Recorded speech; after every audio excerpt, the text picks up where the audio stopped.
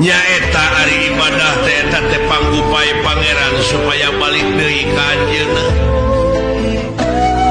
ulah nepi ka hirup marakayangan nilik-nilik kesan ngancing nyawang-nyawang kesajayang di mana kuringnya cicing di mana kulanya jayang sabab di alam panyiksa mah tiris eueuh pikeun pisimu tenangna hareudang eueuh pikeun pikipaseunana keung eueuh pibatureun hirup numawi kudu getol oge ucu ibadah teh ujang jadi ibadah teh migawe pagawean anu eta pagawean teh luyu jeung skenariona lempeng jeung maha konstitusi